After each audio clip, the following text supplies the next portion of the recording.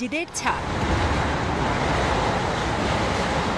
পহেলা মে সন্ধ্যায় সৌদি আরবের ডাহরানের কিং ফাহাদ বিশ্ববিদ্যালয় ক্যাম্পাসের একটি মসজিদের ছাদ ভেঙে পড়ার এই ঘটনা ঘটে। তবে মসজিদের ছাদ ভেঙে যাওয়ার ঘটনায় হতাহতের কোনো খবর পাওয়া যায়নি। বাংলাদেশে যেখানে প্রখর রোদ ও তীব্র দাবদাহে অতিষ্ঠ জনজীবন, সেখানে গত 2 দিন ধরে সৌদির বিভিন্ন অঞ্চলে হচ্ছে প্রচণ্ড বৃষ্টিপাত। প্রত্যক্ষদর্শীদের মতে মসজিদটির বাইরের অংশের ছাদটি ধসে পড়েছে। মসজিদ সম্প্রসারণের অংশ হিসেবে মূল ভবনের বাইরে স্টিলের এই ছাদটি স্থাপন করা হয়েছিল। গত 2 দিনের টানা বৃষ্টিতে স্টিলের ছাদটির উপর এতই পানি জমা হয়েছিল যে এটির ভার বহন করতে না পেরে এক পর্যায়ে ধসে পড়ে ছাদ।